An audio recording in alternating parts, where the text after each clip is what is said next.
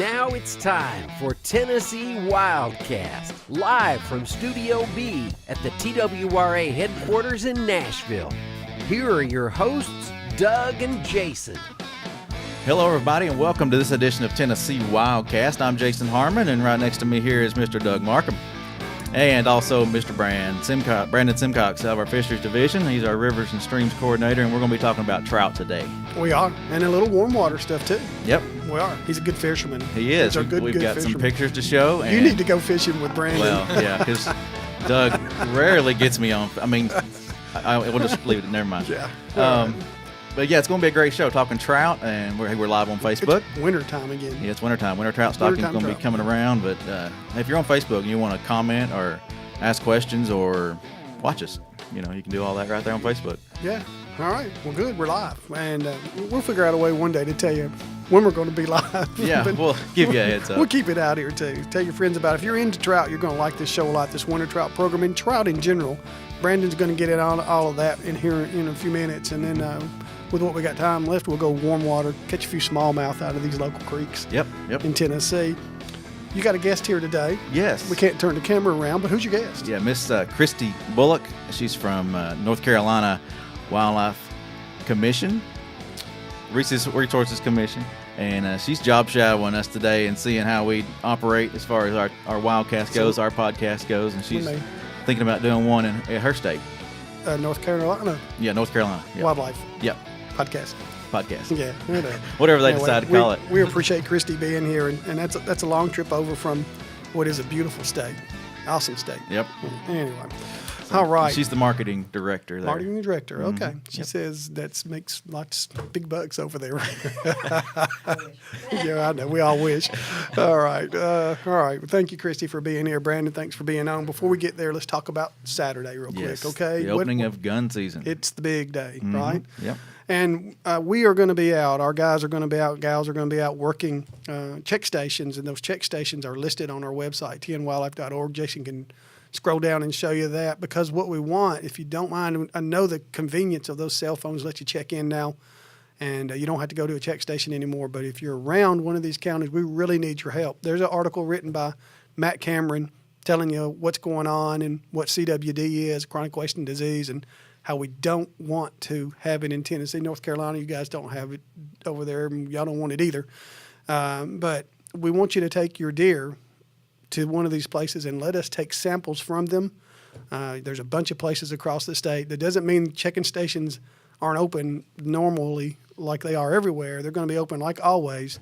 But these are where our personnel is going to be trying to get tissue samples from deer so that we can see if they have chronic wasting disease. We don't think so. We hope not, but we got to collect at least 1,500 samples this year, 1,500 deer, and we need your help. So yep, and also right there on our homepage is the regulations. So if you don't know what you need as far as licenses or whatnot, click on that regulations button and figure out what you need and go get it. And one other thing, there's been some trouble with some of our app users. I think it's some of the Samsung phones and some of the folks that are using the Droid-based. Droid-based. If you can't go in through your app right now, go through the agency's website app. You can put that on your phone too, and just go straight to the. Yeah, just go to the web on your phone, and you can go Outdoors Tennessee and check your deer in just like about as quick. Just through the web, or you can use the app. Either way. Yeah. If the app's going good, the app we're working on and doing great, but there's just a few issues out there we're hearing from some of you, and we want to make sure you know how to handle that. Okay. All right. Anything else before we talk to Brandon? I don't think so. There's a lot going on. I'm excited about this show. Yeah. We're going to look at some fish. All right. Well, all right, Brandon. Let's talk fishing, because we have been talking hunting a lot over here lately, and there's still a lot of angling going on. Yeah, it's a great time of year. It is awesome. Brandon's telling me all about the fish he's been catching, and it just hurts my feelings. Because he knows how to fish. Because he knows how to fish. A lot younger, too. But anyway, you are also... You're in charge of helping a lot with the trout program in Tennessee, and the winter trout is coming up. What does that mean when we call it winter trout? So the winter trout program, well, going back, it really started in the late 90s here in Nashville. We stocked some fish below the Percy Priest Dam. There was really generated a lot of excitement from that, and so What we're doing now is we're stocking across the state in areas that really have very limited or no trout fishing access possible. So in the wintertime, when water temperatures drop, we're able to put trout out, and are able to survive and there for anglers to utilize. Seemed like when it first came out, we sort of called it the urban program or something like that, and it's really, that's not exactly right. What it is, though, is you are putting it in areas where a little closer to where there are a lot of folks, and where they're not normally, where these fish normally couldn't go. Right, and they're generally in areas that have really good access. They really are. They're urban. They're very family friendly. So yeah. And again, the water's gets cold, so they can live there. There's a cold water species, so they can live there for a while. But we want people to take a limit because come summer they're not going to make it. They're not going to make it. No. Yeah. And what we've seen from some of the creel surveys that have been done is most of those fish that are put in, they are utilized by anglers. So.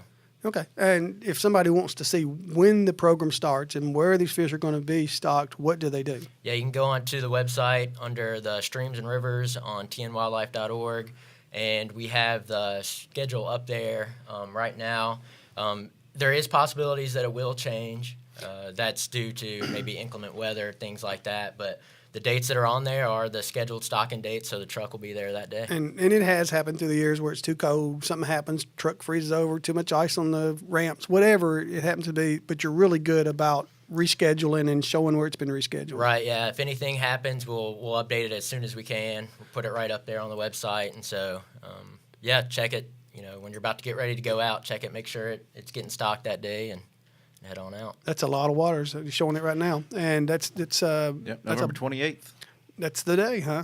Yep, that's the first one. And where do you stock mainly? Are you all over the state, or are you just in portions of the state?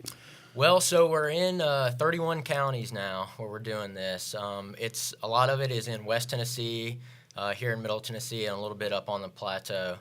We've got about 42 different stocking locations that we're doing for the winter trout program. Okay, and why don't you go more east? Why aren't you over in East Tennessee with the winter trout? Well, those opportunities for trout angling are pretty readily accessible over that way. So, this program is really an opportunity to expand those trout fishing opportunities outside of those areas where people aren't having to drive all the way from Memphis all the way up to the Smokies and all that. The Tennessee River system's not ideal for trout during the most of the time of year where East Tennessee has all those cold bodies of water. All right, good deal. So even if there's not winter trout in East Tennessee, there's plenty of trout in East Tennessee. Oh, right, yeah, no problem catching them. What are you stocking? What kind of fish? So for the winter trout program, it's rainbow trout. Okay, and basically how big are they? So they'll average about 10 inches. Part of the winter trout program, we do provide bonus fish, and so one or two fish up to 4 or 5 pounds will be thrown in at each one of those stockings. So there's a real good chance of catching a good one. I know y'all had a show earlier in the year, last year, where a gentleman came in and he caught a monster out of the Harpeth River. Yeah. Yeah, it was awesome watching him catch it. Yeah, it's a great video. Yeah, it's fun. It's still out there somewhere, and we're going to get to albino trout. I want to talk about those in a minute, what the agency's doing. We got a little clip of video of that, too, to show. Yeah. So when we get there, let me know. Okay. You can go ahead and start putting it up there here in a second. Okay. Give me about 30 seconds to work on this right here because I might try to find me a place to go. All right. So out there on our site are you've named everywhere, all the streams that are available. If you don't know how to get to those streams, what's the best way to find them? So we do. We have a map. It's also on that same page there. It's our stocking map. You can click on that, pull it up, and each of the stockings it'll be a little bullet point there. They're color-coded for each of the different programs that we have. And so, you can click right on that. There's you can get directions right to it. It's kind of like a Google Earth, kind of Google Maps. And so, how easy can you get? I mean, it's right there. Yeah, you fish for them some yourself. Oh, right? for sure, yeah. You just love to fish all the time.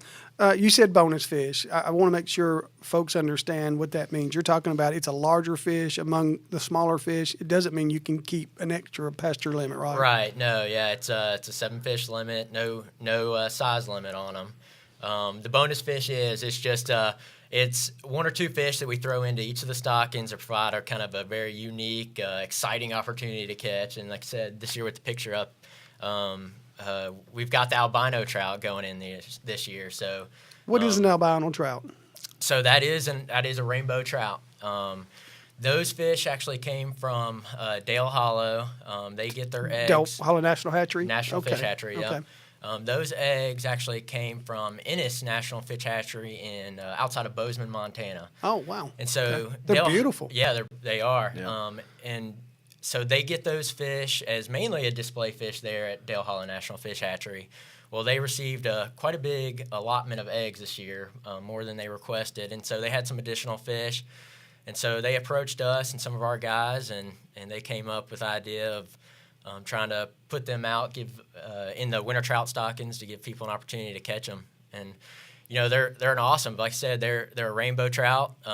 What it is you take a male albino, a female albino that have a homozygous, a recessive gene, and all their offspring show up as our albino trout. So, okay. Yeah. Can you help Doug out with those terms? Yeah. Okay, so that means they can't reproduce, or Right. can they reproduce? They can. Yep. And so Dale Hollow is going to look into maybe trying to spawn a few for us. And, Okay. And yeah, and I guess so they we'll have be to able reproduce, to extend. but yeah, if they're not going to, because that's what we're going to get. They're going to say we're catching them. Are they reproducing in our waters? That's what I'm getting at. No, so these are all stocked out. Yep. Okay. Yep. And but yeah, hopefully this is a very unique opportunity this year. It's kind of as far as I know, it's the first time we've been able to do this in Tennessee. Hopefully, moving forward, we'll be able to continue that, but it's going to depend on eggs and being able to raise these fish up. People are going to like it, and they're just going to love that thing. And I think it's a cool idea to get it out and do it. And I hope folks get off the couch and go fishing. Yeah. You're not going to be watching UT in a bow game this year. You might as well go fishing, right? We're Vanderbilt. Hey, there's still a chance. There's still a chance. Maybe. I don't know. All right. Well, maybe. All right. All right, so this is going to go on from when to when? So it's starting here November 28th, and it'll go through into March. That's a long time. It is, yep. And a lot of the areas will get stocked at least twice. Some of them will, get 4 or 5 stockings. It really just depends. And, West Tennessee will get cranked up a little bit in December. Here, Middle Tennessee, it's getting cranked up in next week or a few weeks. And so it'll go on through March. It's hard to believe it's been in the 90s. I remember when Frank Fisk, he's our chief of fisheries now, he had a hand in getting it started, and Tim Cleveland, the regional manager at Region 2. And it's just hard to believe it's already been that long ago since this program got started and been very popular since the day it went. Now, you are doing a study, though, to see how popular, right? Right, yeah. So we'll be out on 10 of the winter trout stockings this year, some in West Tennessee, a few here in Nashville and Kingston Springs, and then a few up on the plateau. And we'll be interviewing anglers, looking at catch rates, seeing how everybody's doing, if they're having a good time out there, just kind of try to get an idea of all what's going on at each of the stockings so we can kind of adjust some of our management strategies and make fishing even better out there for them. There's a lot of option here, too. I've gone to a lot of the stockings, and it's stocked by Dale Hollow National Hatchery and then by Flintville Hatchery. A lot of work done there. Tellico Hatchery does a lot of work, and you might name some more. I don't want to leave anybody out. But I've gone to a lot of them, and I've seen everything from the rod and reel guy tossing corn or the rod and reel guy tossing little inline spinners to the fly fishermen wear them out. I mean, I've seen fly fishermen just have a great time at this winter stuff catching them. Yeah, for sure. Me personally, I like to use different. I'll throw the inline spinners every once in a while. I'll throw big woolly boogers, things like that. Those fish, they're pretty aggressive coming off the truck. I mean, you'll be surprised. They drop the tube in, they slide the fish in, and I mean, there's guys standing there, and you're catching fish almost right away. I've seen them almost as they came down the tube catch them. But every now and then, you know more about it than I do, Brandon. But every now and then there'll be those days where they don't start right away. Yeah, that's true. But when they start, watch out. Yeah. So, and they come from a long way. So, sometimes that truck has to go a couple hours of travel before they get to where they're going. Yeah, for sure. So it might make a difference. There's some great videos on Facebook and YouTube of past releases and people having a good time catching them. So check out our YouTube page and check out our Facebook. And if you scroll down from where we are right now, you'll see that albino video that Barry Cross put together too. He went to the hatchery and did a lot of work, and it's a great video about those albinos, and you don't have to go too far down the page to find that. So here we go. It's another year, Brandon. What time generally do these trout get delivered to a body of water? So it really depends. The trucks will make multiple stops throughout the day, but most of them are happening kind of, that early mid-afternoon is when they're getting out and actually being able to put in. We don't announce those stocking times, the actual time. We announce the day, but the trucks they'll have different routes for the day, and so it kind of just really varies. And the bodies of water vary too. I've seen you guys stock streams that you could almost jump across. And Right. I've seen you small ponds up to lakes and bigger rivers or bigger streams. Right, yeah, we have, the Percy Priest tailwater right yeah. here. We have some about 90-acre lakes that we're putting them in to small half-acre municipal ponds. And it really varies. It's a lot of fun. Yeah. Takes them down. My friend Vernon Summer and I were below the dam here in Percy at Percy Priest.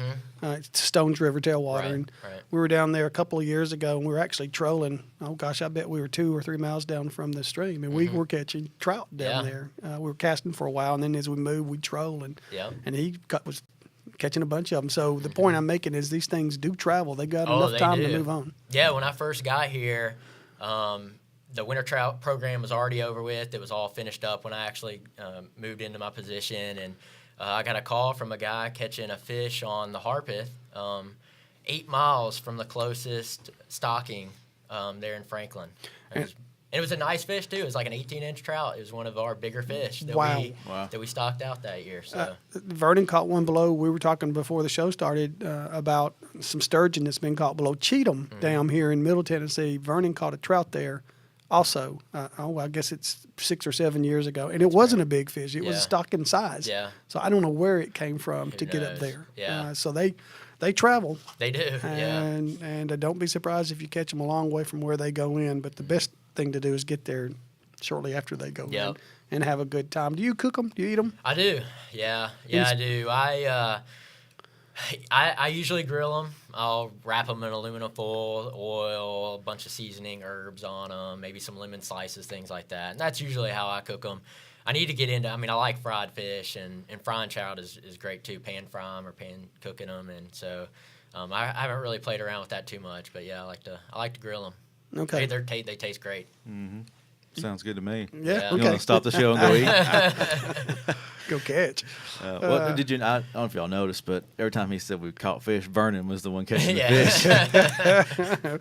I'm sorry, I got to give Doug a hard time. Vernon would say the same thing. All right, Brandon. Now let's talk a little bit. Unless you want to finish up a little bit on the trout, we're going to remind them a bunch between now and get you back on here too to talk how it's going and how your study's going with everyone and encourage them. Before we leave, because you also that Tennessee trout plan that's going on. Right. Have you talked about that some too? So we just completed our statewide trout management plan. Okay. That really is kind of going to be our guiding foundation over the next 10 years to really set our management strategies moving forward. And so the plan is very broad, addressing broad issues like fishing access and biosecurity and our hatchery programs. It's not so much specific resource, river specific management, but kind of broader strategies that we need to explore moving forward as angler opinions and objectives change. We try to address those. No, don't just throw fish in there. Let's see how it's going. Exactly. And you said a word again that I asked in the break. And just for everybody out there, what does biosecurity mean when you're talking about trout? So that's something that as even with CWD, things like that in the wildlife side, on the trout side, that we have some things knocking on our door.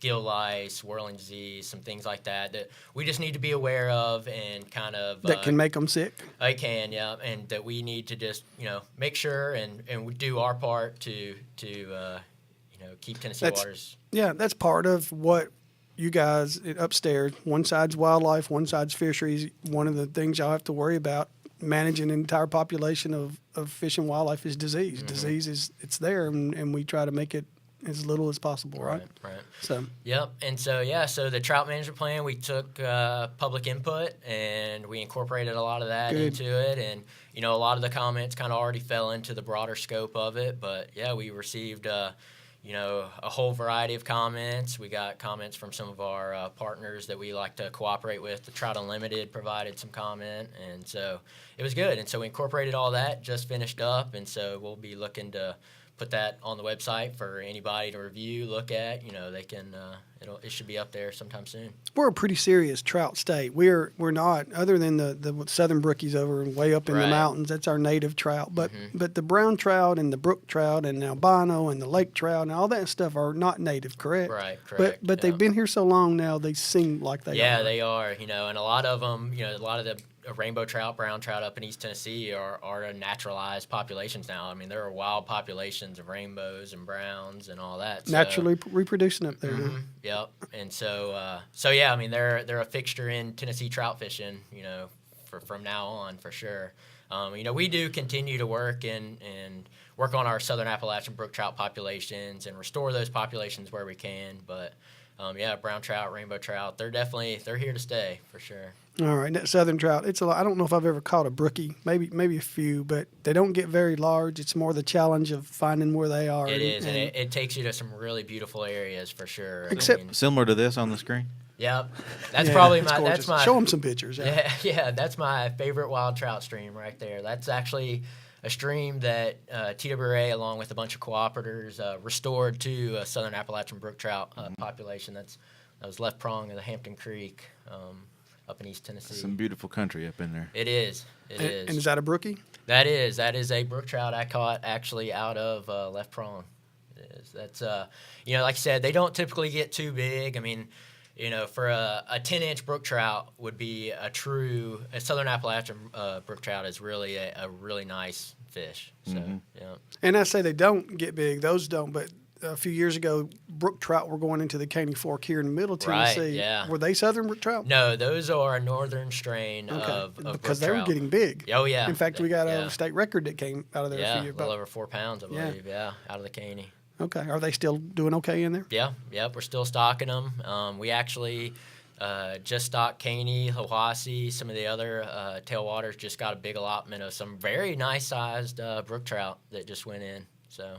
Yeah, they're there. Okay. And the Teleco hatchery's doing a lot of work on the southern strain. I guess. Right. Yep. Still doing that. Yep. Yeah. So we're working on some projects up there in Cherokee National Forest, trying to restore some of those streams. Shout out to all our guys that work so hard at hatcheries, but the ones that they work, you just do not realize these fishermen that are catching these winter trout, how early these guys get up, and the conditions they get up sometimes working at those hatcheries. And it's so cold. I don't know how all their hands are arthritic by the time they get done with all that stuff, but. What are the hatcheries that produce and release trout for us in Tennessee? Okay, so we have so for the state hatcheries, we have the Flintville, we have Irwin, we have Tellico. Let's see, we have in Buffalo Springs, and then we cooperate with the Dale Hollow National Fish Hatchery and the Irwin National Fish Hatchery, and so all those we stock a little over 2 million fish a year. Collectively in the state of Tennessee. That's a lot of trout. That's a lot of fish. Do we raise any trout, or do we get them somewhere and then raise them? So it's kind of a mixed bag.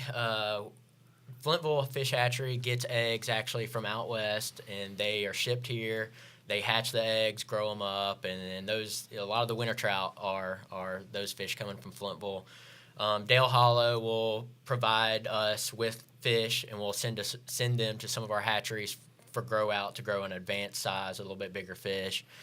So it really depends. Buffalo Springs actually produces their fish from egg also. So it just really varies. Each hatchery kind of fills a different role across the state, and it all kind of meshes together to provide trout. All right. Have you shown the shots of Brandon holding some fish and Travis holding some fish? Yeah, I was going to show those. I wanted to show this one too. What's going on here?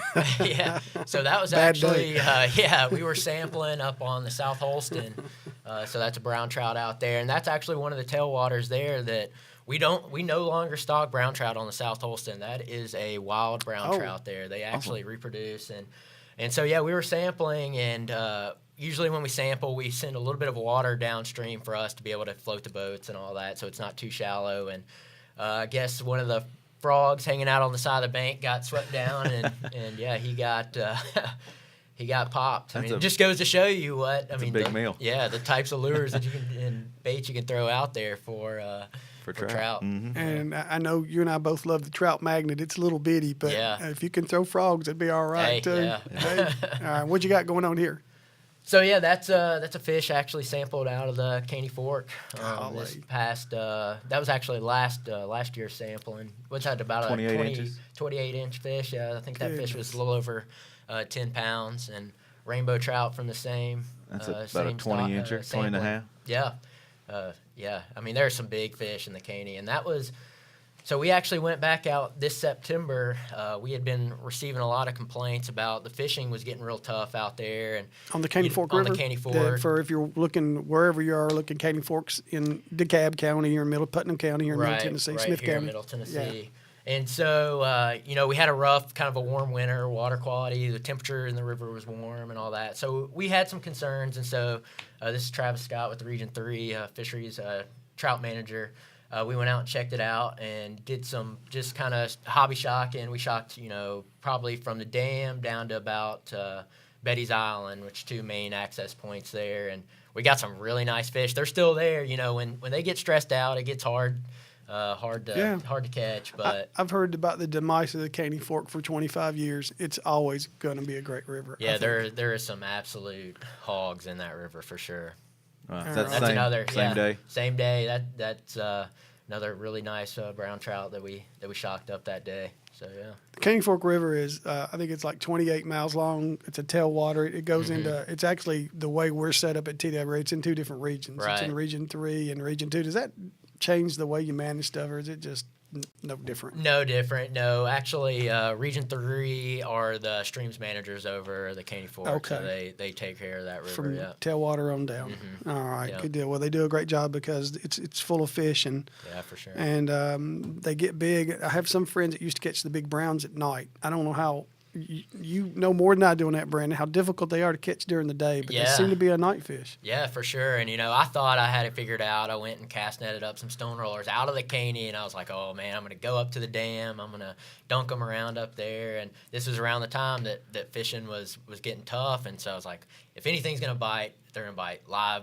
minnows up at the dam. And I didn't catch anything, but Frank, our chief, that same day, he floated from the dam down to Happy Hollow, and they wore him out. So, it really just depends. It really what they're hitting that day. The day you start doubting yourself, right? Yep. I think it's a good thing that these biologists are getting out there and fishing for themselves and seeing both sides of it. The biology of it, and then just the sportsman side of things. I do too. Well, most folks that work here like to get outdoors, but I do think sometimes there's folks that think we don't get outdoors, and the guys here love to get outside and see what's going on. Transitioning to that, this is a shot y'all going somewhere. Yeah, that's actually the trail. That's left prong of the Hampton Creek. That's, like I said, that's probably one of my favorite wild trout fisheries. It's got the Southern Appalachian Brook trout, but it's also got a lot of historical perspective for the state of Tennessee. The Over Mountain Trail goes right up through there. So the Over Mountain men hiked out of the Watauga up into the South Carolina to have a battle with the British. Came right up through there. So it's a lot of historical. There's your history lesson for today. Yeah. So it's very cool. So that's cool. So portions of that trail goes right through there. I mean. And that picture makes me think too. Make sure you got landowner permission when you're trying to access places like this that might be landlocked and things like that. Right. This is actually this for sure, but this right here is cooperatively managed with. So this is a public access all the way up through there. There is still some cattle grazing that go on. Like I said, it's cooperatively managed. So wouldn't be surprised if you show up there and there's cows walking around. But, but yeah, that's always great public access up there. And there's a couple more shots here. You fishing? Where'd you get this one? That's a trout. Not only a trout guy, but he likes. It's warm water fishing. I mean, probably every weekend I'm out on the Harpeth for the most part. And Harpeth is here in Middle Right here in Nashville. I mean, 10 minutes from my house, and go and hop in the creek. And this was actually early fall this October when it's still warm. That's there in Kingston Springs, and just doing a little wade fishing and.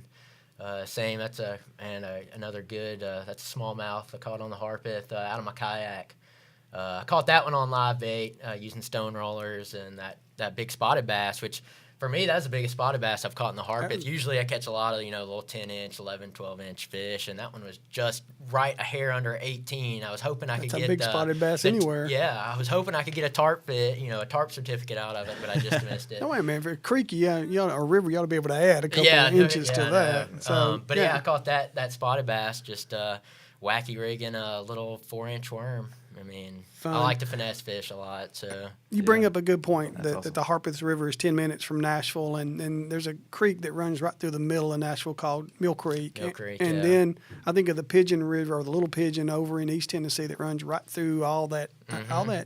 It's incredible how good these bodies of water are for fishing. Right. That if they're not all polluted like everybody thinks, I think sometimes think they are. If they got smallmouth and trout in them, they're good to go. Oh, yeah. Yeah, rock bass fishing, catch some nice fish in the Harpeth there, too. And, so there's good. A lot of brim species, long-ear sunfish, bluegill. Oh, yeah, they're great resources. And, it's crazy. It's, in a lot of places right out your back door, and a lot of people don't even think to go to try to target, really nice fish just right here in town. But they're there.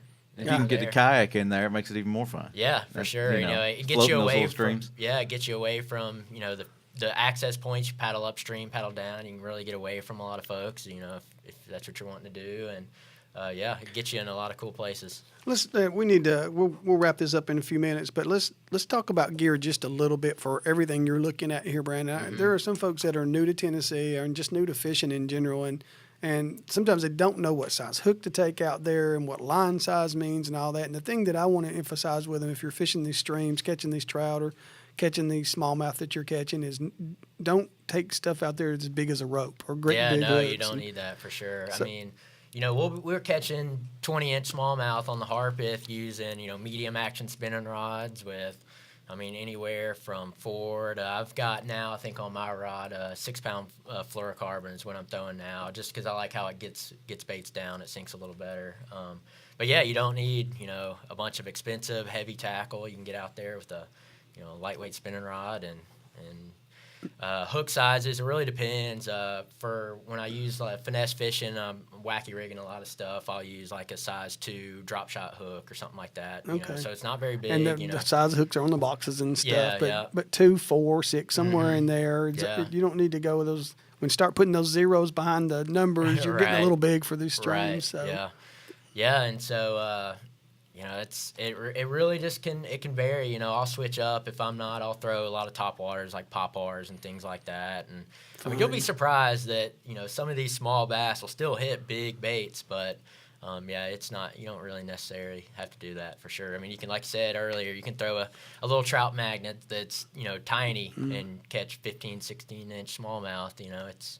So, yeah. You never know what's going to hit them. Or go down there with a bucket of minnows and catch them. Or catch the live bait out of a stream. That's probably become my favorite thing. And, I take the cast net out, casting it up, stone rollers, and go and dunk them around. And, it's fun. You never know what you're going to catch when you're doing that. Yeah, and this is all over. Tennessee's blessed with these streams. Yeah. Oh, man. All over this place. All over. Yeah. It's we're very blessed here for sure. And you do, though. Jason brought a good point up a while ago. There's a lot of them where you need to knock on that door and get permission. And back in my heyday of doing it, the stream fishing more, I don't think I ever had anybody tell me no.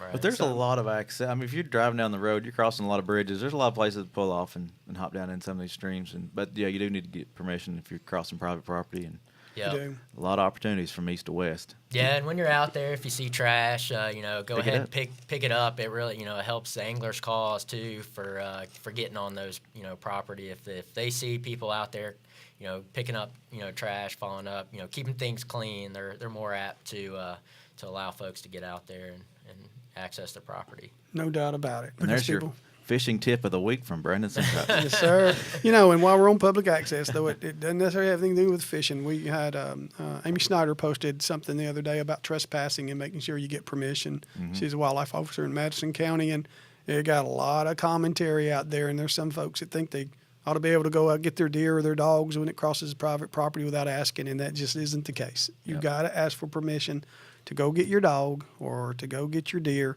or go get your duck or whatever lands on private property. Right. It doesn't matter. It's a knock on the door.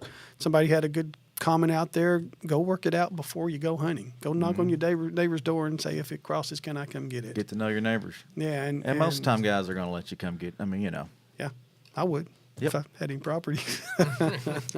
Anyway, you got anything else for Brandon? I think we about covered it all. What do you think? I think so. Brandon did show. great. Yeah, good show. We'll get you back in here when we get stocking. And again, go out on the website, tnwildlife.org, and look for under 4 anglers. You'll find the winter trout stocking.